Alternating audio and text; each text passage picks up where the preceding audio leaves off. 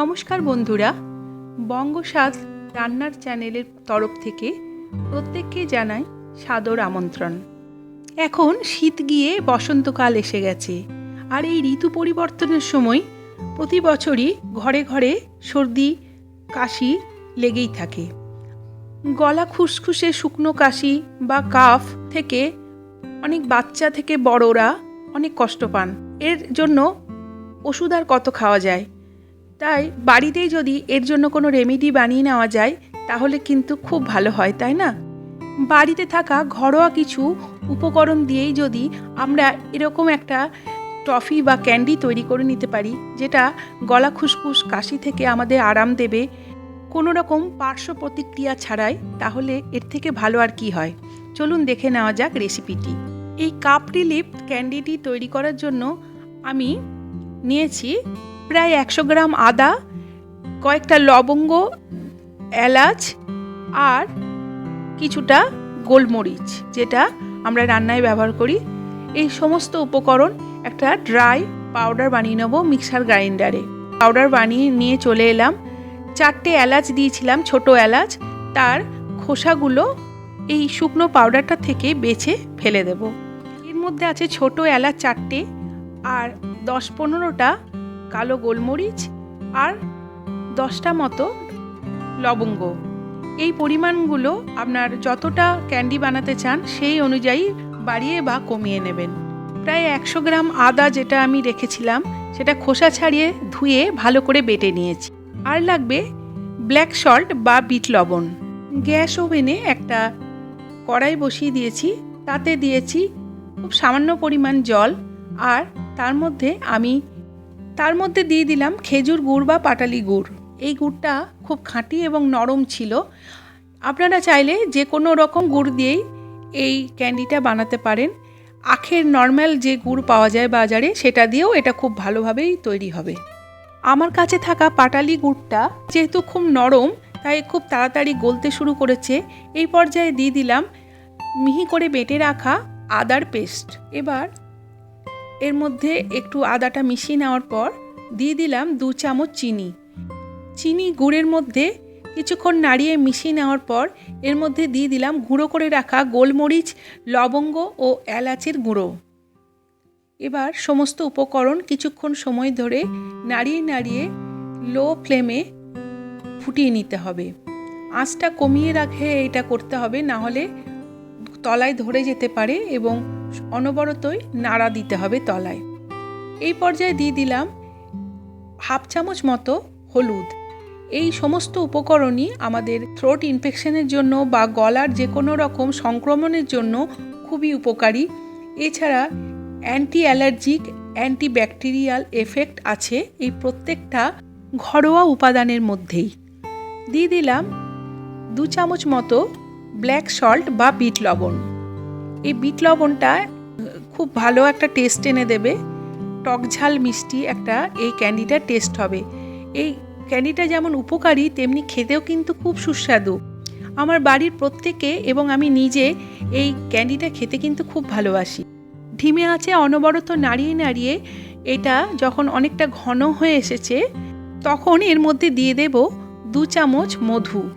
আপনারা যে কোনো ব্র্যান্ডের মধু এর মধ্যে ব্যবহার করতে পারেন। আমি এখানে ডাবরের মধু ব্যবহার করেছি। সর্দি কাশি থেকে আরাম পেতে মধু উপকারী, এ তো আমরা সকলেই জানি। এখানে যা যা উপকরণ ব্যবহার করেছি সবই ঘরোয়া উপকরণ, কিন্তু প্রত্যেকটি ঔষধি গুণসম্পন্ন।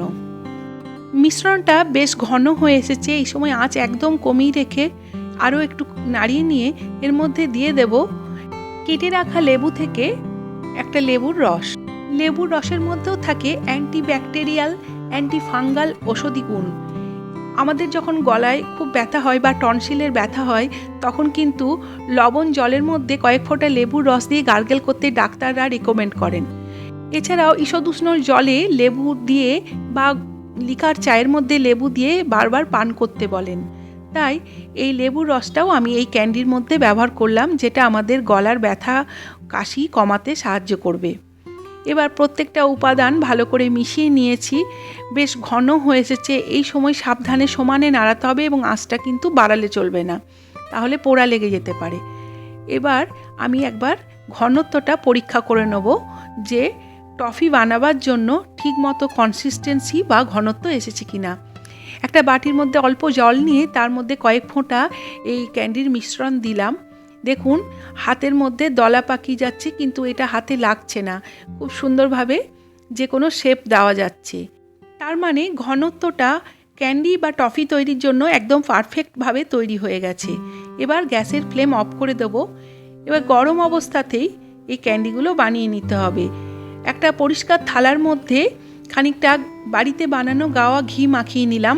তার মধ্যে ছোট্ট চামচে করে এই গরম লিকুইড বা মিশ্রণটা একটু একটু করে দিতে থাকবো। আপনারা আপনাদের ইচ্ছা মতো আকৃতিতে এটা বানাতে পারেন, তবে কাজটা খুব তাড়াতাড়ি করতে হবে, কারণ যেহেতু পাকটা খুব ভালোভাবে তৈরি হয়ে গেছে, একটু ঠান্ডা হলেই আবার শক্ত হয়ে জমে যাওয়ার টেন্ডেন্সি থাকবে কড়াইয়ের মধ্যে। তবে এটা বানাতে বানাতে যদি মনে হয় ঘনত্বটা বেশি হয়ে গেছে বা আরও একটু পাতলা করে নেওয়া দরকার, তখন কোনো প্রকার জল ব্যবহার না করে এটা জাস্ট হালকা করে আঁচে গরম করে নিলেই আবার লিকুইড হয়ে যাবে, তখন আবার টফিগুলো বানিয়ে নিতে পারবেন। এক এক করে পুরো থালা জুড়ে আমি এরকম ক্যান্ডির আকারে দিয়ে দিলাম চামচে করে। এবার আরও একটা থালায় আমি গাওয়া ঘি মাখিয়ে নিলাম। বাকি মিশ্রণটা একইভাবে ক্যান্ডির আকারে চামচে করে দিয়ে দেব। আপনাদের কাছে মার্বেল পেপার বা বাটার পেপার থাকলে তার মধ্যেও কিন্তু ক্যান্ডিগুলো বানিয়ে নিতে পারেন, তাতে খুব সুন্দরভাবে উঠে যাবে। আমার কাছে যেহেতু এই মুহূর্তে বাটার পেপার ছিল না, তাই আমি থালার মধ্যে গাওয়া ঘি লাগিয়ে নিয়ে টফিগুলো জমতে দিলাম। আর গাওয়া ঘিয়ের পরিবর্তে কেউ চাইলে সাদা তেল মাখিয়েও এই একইভাবে টফিগুলো বানিয়ে নিতে পারেন। এই মিশ্রণটা দিয়ে ঘন্টাখানেক মতো রেখে দেব টফিগুলো শক্ত হওয়ার জন্য। আমার এরই মধ্যে পাক প্রায় হয়ে এসেছে, তাই সেটাই দেখালাম। 1 ঘন্টা পরে দেখুন আমার থালা থেকে পুরো ক্যান্ডিগুলো সুন্দরভাবে ছেড়ে আসছে ও একদম পারফেক্টভাবে তৈরি হয়ে গেছে।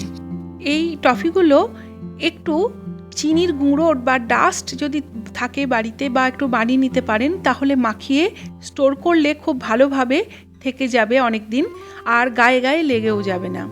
এই টফিগুলো যখন খুব গলা খুসখুস করবে বা কাশি হবে, এই সিজন চেঞ্জের টাইমে এমনিতেও খেতে পারেন। এই ক্যান্ডিগুলো কাপ সিরাপের উপকারিতা দেবে। বাড়ির ক্ষুদে সদস্যরাও এটা কিন্তু খুব আনন্দ করে খাবে, এবং তারা যদি ঝাল খেতে না পারে তাহলে গোলমরিচটা কেবলমাত্র অ্যাভয়েড করতে পারেন। যেসব বন্ধুরা গান বাজনা করেন বা বাচিক শিল্পের সাথে যুক্ত, তাদের ক্ষেত্রেও এই ক্যান্ডি কিন্তু খুব উপকারী বন্ধুর কাজ করবে। যখনই গলা খুসখুস করবে, মুখের মধ্যে একটা এরকম টফি গালে পুড়ে রাখবেন। অ্যালার্জেটিক খুসখুসে কাশি বা শ্লেষ্মা এতে দূর হয়ে যাবে। আর নিয়মিতভাবে এটি খেলে অবশ্যই সর্দি কাশি নিরাময় হবে। আর রেসিপিটি ভালো লাগলে আমাকে অবশ্যই কমেন্ট করে জানাতে কিন্তু ভুলবেন না। আপনাদের মূল্যবান মতামত আমাকে চলার অনুপ্রেরণা যোগায়। আমার বঙ্গস্বাদ চ্যানেলটি সাবস্ক্রাইব করে অনুগ্রহ করে সাথে থাকবেন। পাশে থাকা বেল বাটন আইকনটিও অন করে রাখবেন। ভিডিওটি শেষ পর্যন্ত দেখার জন্য অসংখ্য ধন্যবাদ।